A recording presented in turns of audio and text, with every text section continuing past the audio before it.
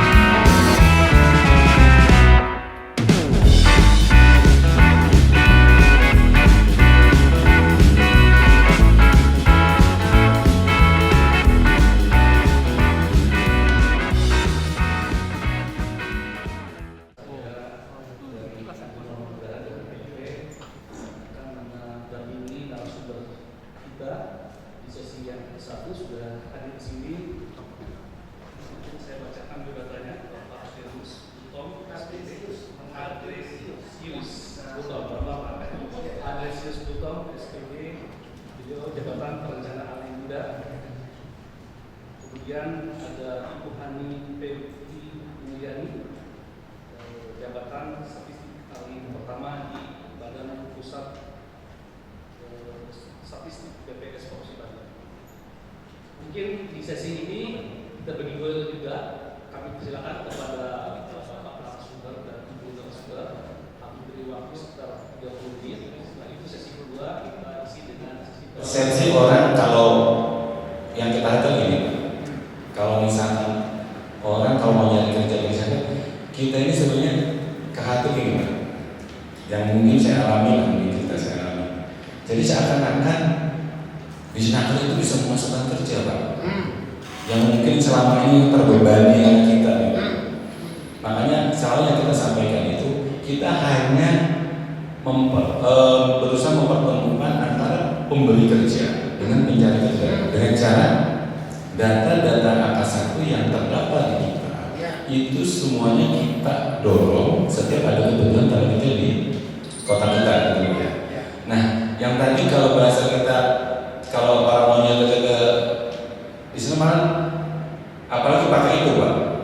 Mungkin tadi ada namanya, saya sendiri mungkin takut kalau misalkan orang berpersepsi, wah kalau nyari kerja mau kerja ke Pak Wawan misalkan, wah itu mah bisa-bisa seluruh mencari kerja ini. Karena kita lakukan itu Pak, dan selama ini seperti itu, seakan-akan di Senaker itu bisa masukkan kerja Pak, bisa ini, padahal yang kita coba edukasi ke masyarakat di Senaker nggak bisa. Cuma kita coba berusaha setiap lowongan yang ada di kota kita itu kita dorong dari pencari kerja kita Pak. Itu yang ya khawatir gitu Pak.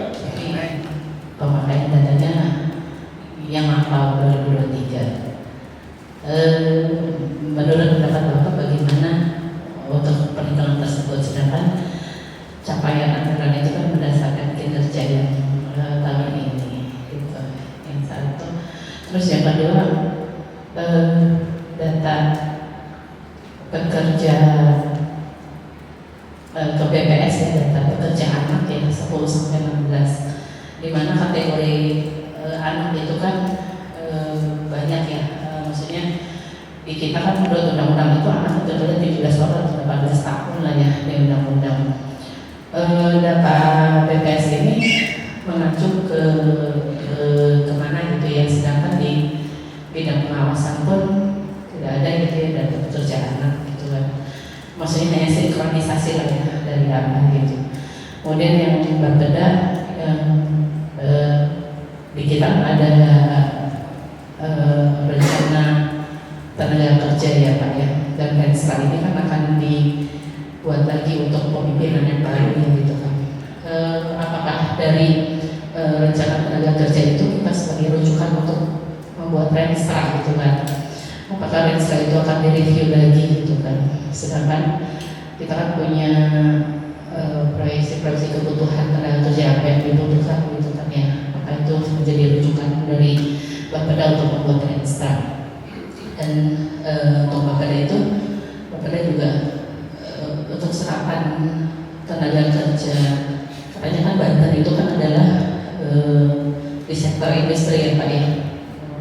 Tapi apakah ada analisa gitu ya, analisa untuk dari Bapeda tentang pergeseran industri ini? Yang contohnya salah satunya adalah Cilegon, dia punya yang apa seperti dikatakan Pak Anies, dia punya apa investasi 60 miliar tapi hanya menyerap berapa tenaga kerja doang gitu kan. Apakah ada analisa tersebut? Kemudian adakah pergeseran antara di dunia industri khususnya gitu ya, industri kan semakin tinggi ya Pak ya, dari 4.0 sampai 5.0 mungkin ya, mungkin ya kebutuhan manusia juga semakin kecil gitu kan, akan digantikan dengan alat ataupun robotik seperti apa.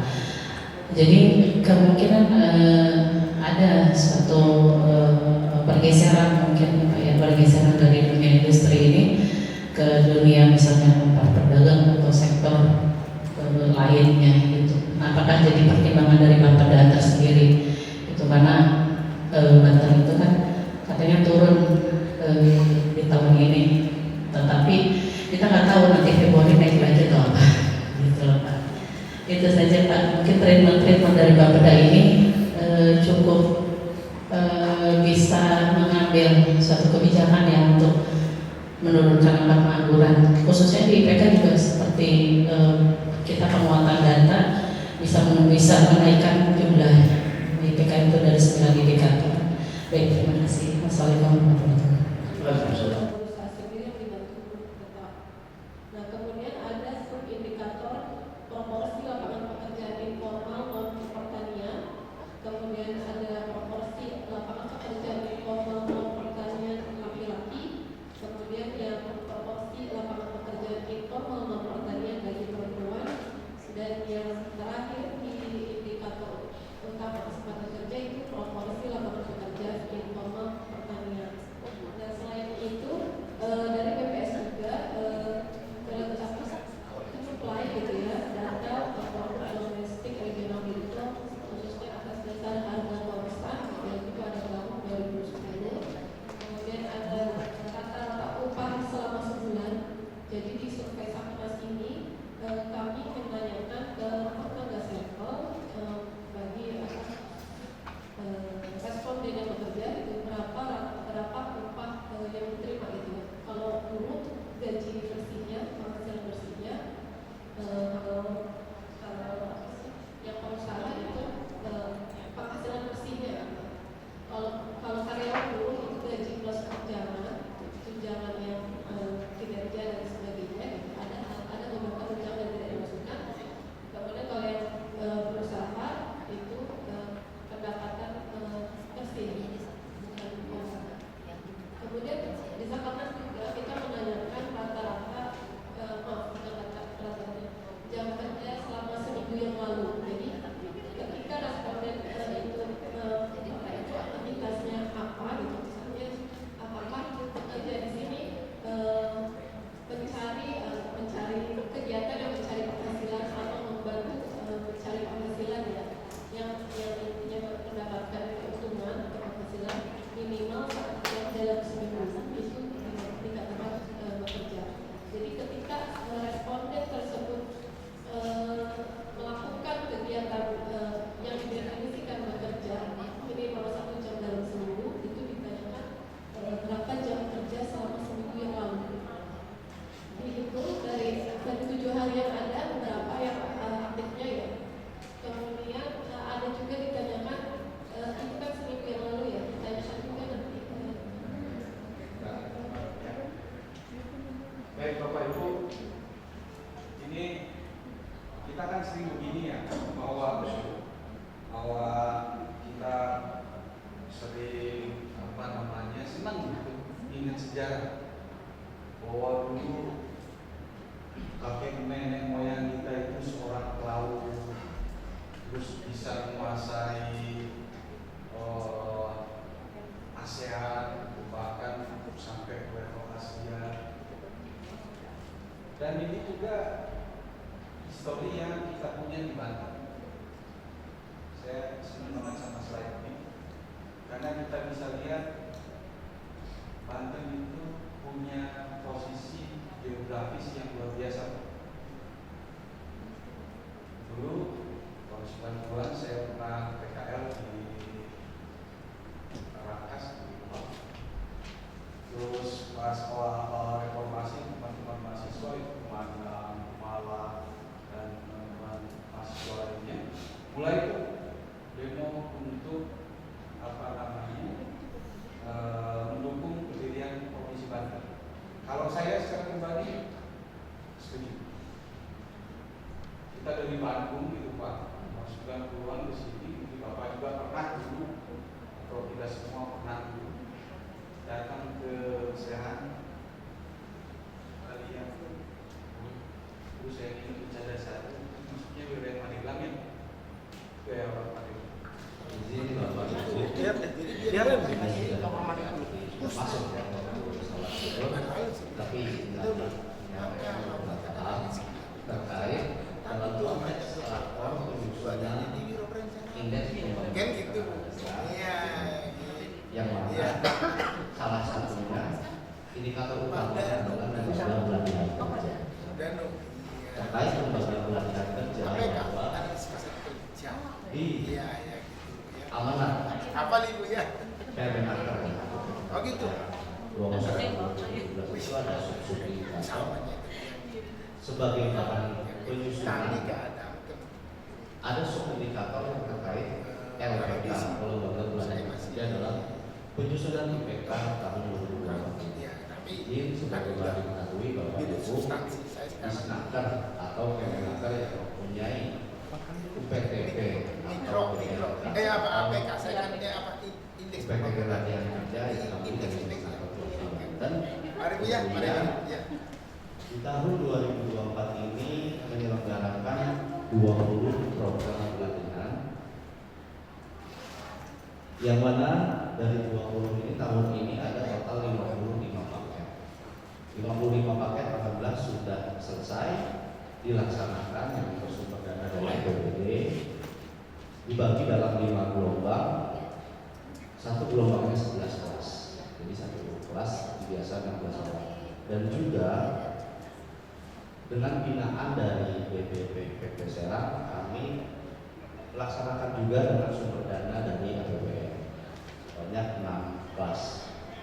Jadi izin sebentar informasi bahwa terkait subindikator pertama kan tingkat kapasitas pelatihan.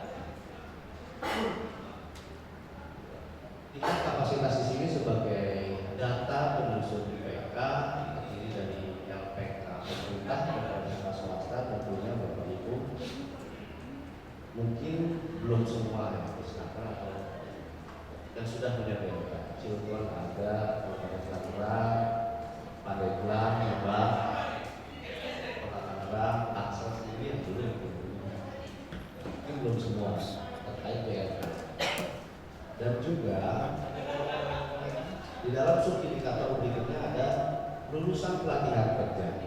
Nah, izin informasi Bapak Ibu, kita di Snaker juga ada amanat dari Pak Gubernur untuk memberikan akses atau kesempatan seluas-luasnya buat masyarakat mengikuti program pelatihan. Tidak hanya yang lulus seleksi melalui tes mengikuti pelatihan di BLK. Jadi kita mencoba mengembangkan sistem pelatihan yang blended atau kita membuat tutorial-tutorial yang bisa diakses oleh masyarakat umum yang tidak memiliki kesempatan untuk mengikuti pelatihan. Jadi contohnya satu gelombang 11 kelas kali 16 ya, sekitar 176 ya. Itu peminatnya di kami alhamdulillah mungkin ada sekitar 300 sampai 500 calon peserta pelatihan. Nah, yang diterima sepertiganya. Mana sisanya padahal memiliki minat untuk mengikuti pelatihan. Itu kami mencoba menyusun program pelatihan yang mana bisa diberikan secara daring ataupun soft file atau lebih simpelnya kayak tutorial di YouTube gitu. Jadi kita berikan file-file tentang pelatihan yang bisa dipelajari tidak di lokasi kami. Konsepnya seperti itu kayak juga ya, sudah terbuka. Nah, terakhir terkait LPK terakreditasi, jadi subindikatornya ada 3. Yang pertama kapasitas pelatihan, yang kedua lulusan pelatihan kerja, yang terakhir akreditasi. Khususnya LPK dibangun dengan bantuan dari LA LPK maupun KA dan Komite Edukasi. Kita juga alhamdulillah dari 20 saat ini sudah 14 program yang